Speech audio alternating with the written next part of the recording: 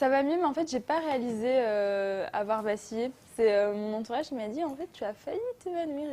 Et sur le coup, je dis, mais non, en fait, j'étais hyper consciente. Et en fait, non, je pense que sous le coup de l'émotion, là, j'ai eu un trop plein d'amour de toutes les candidates. Et du coup, j'ai un peu vacillé, mais ça va. La surprise, elle était grande, hein. Je pense que ça se voit sur les images.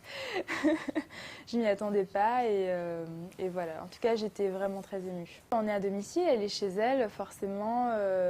Et puis c'était une très belle candidate également. C'est pour ça qu'elle est première dauphine. Et justement, c'est une candidate de poids et ça s'est manifesté encore hier soir. Donc j'avais peur et c'était très serré en termes de vote.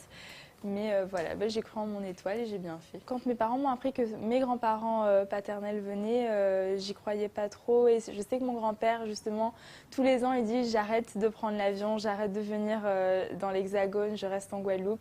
Mais là, il l'a fait pour moi et merci, hein, papy. Hein.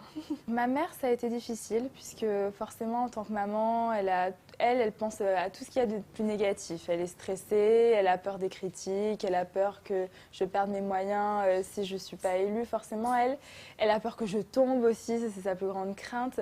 Donc elle a mis du temps. Et mon père, je dirais que mon père, il apprend un petit peu plus cool. Quand il a compris que j'étais vraiment déterminée, ça s'est fait naturellement.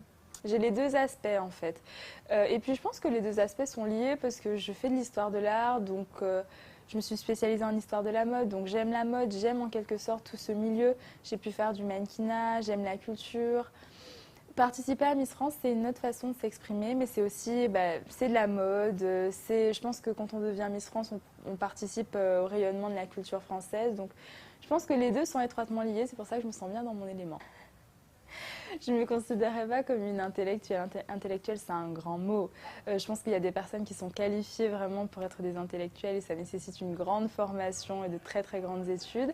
Après, je pense qu'on peut être tout ce qu'on veut et défiler en maillot sur scène le soir de Miss France. En faisant ce que nous toutes faisons, et je suis Miss France, mais il y a les Miss régionales aussi, c'est participer à la valorisation de la femme.